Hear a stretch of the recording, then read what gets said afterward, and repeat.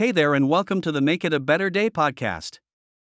I'm Daniel, and today we're diving into something I think we're all feeling: this strange disconnect in our hyper connected world. And I'm Megan. Today we're exploring an article called The Power of Real Connection in a Digital World.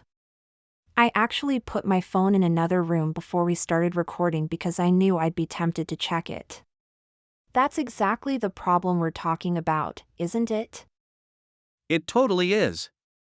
And I love that you did that. Actually, before we started, I was sitting in traffic scrolling through social media while surrounded by people doing the exact same thing. Hundreds of people, all together, all completely alone. That image is so powerful. It reminds me of the quote we're exploring today from Brené Brown: "Connection is the energy that exists between people when they feel seen, heard, and valued. Not just acknowledged, not just physically present, but truly seen." That quote really stopped me in my tracks when I first read it. I love how she describes connection as an energy. It's not just about being in the same room or having a conversation. Right? That line about energy hits different when you've actually felt it. There's this moment in the article that really stuck with me. The author is sitting in a coffee shop, everyone buried in their phones, and then this barista named Sarah actually notices they seem a bit off that day. Such a tiny moment, but it completely changed their day. I had something similar happen last month. I was having a rough morning, one of those days where everything goes wrong before 8 a.m. I went to grab coffee, and instead of the usual transaction, the guy behind the counter said, "Whoa, tough day?" And just that tiny acknowledgement made me feel, I don't know, less alone in it. That's exactly it. And what's wild is how rare those moments feel now.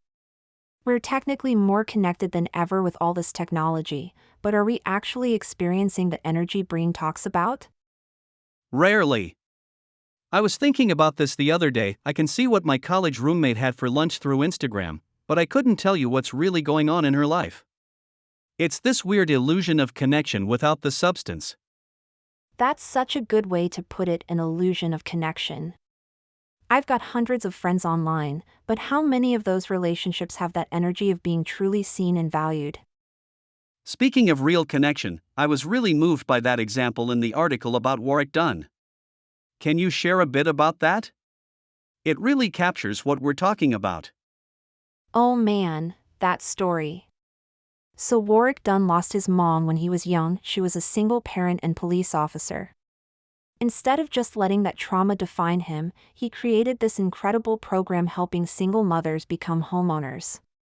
But what really got me was how he approaches it. He doesn't just show up for a photo op and hand over keys. He shares his own story, sits with these families, makes every interaction deeply personal. That's what real connection looks like in action, right? Using your own story not just to relate but to create this genuine human bond. He's helped over 175 families now, but I bet each one remembers how he made them feel in those moments. Exactly. And the beautiful thing is, we can all create moments like that. Maybe not on the same scale, but in our everyday lives. Like that part in the article about actually answering honestly when someone asks "How are you?" instead of the automatic "Fine." Oh, I'm so guilty of the automatic fine. But you're right, the few times I've actually answered honestly, it completely shifts the conversation. Though I have to admit, it feels a bit vulnerable at first. It does. And that's part of why we avoid it, right? Real connection requires a certain amount of vulnerability. It's safer to stick to small talk and keep scrolling through our phones. Definitely safer, but so much less fulfilling. I tried something from the article last week, putting my phone away during dinner with my partner. No checking notifications, no quick glances. It was actually harder than I expected. How did it go? Did you notice a difference? We had the best conversation we've had in months.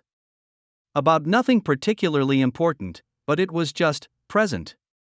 Connected. That energy was there. Though I did get twitchy a few times reaching for my phone out of habit. I can totally relate to that phone reaching habit. It's almost unconscious at this point. That's why I like the challenge the article suggests, picking just 3 everyday moments and being fully present for 30 seconds each time.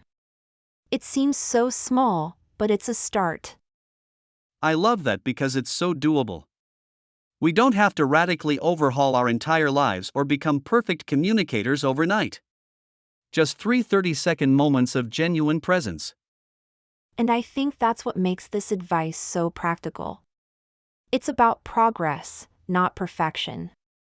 Real connection isn't about doing it flawlessly, it's about being authentically present, even if it's sometimes a bit awkward or messy. The article mentions that too, how these real moments are worth the awkward. And when you think about it, those slightly vulnerable or imperfect moments often lead to the most genuine connections. Absolutely. Think about your closest friendships, they probably didn't form during perfect, polished interactions. They formed during those authentic, sometimes messy moments of real connection. That barista Sarah from the beginning of the article, one genuine moment changed the author's entire day. Imagine if we all created little ripples like that in each other's lives. One conversation, one moment, one person at a time. That's how we make things better. And honestly, that's what Make It a Better Day is all about, these small, practical shifts that create meaningful change.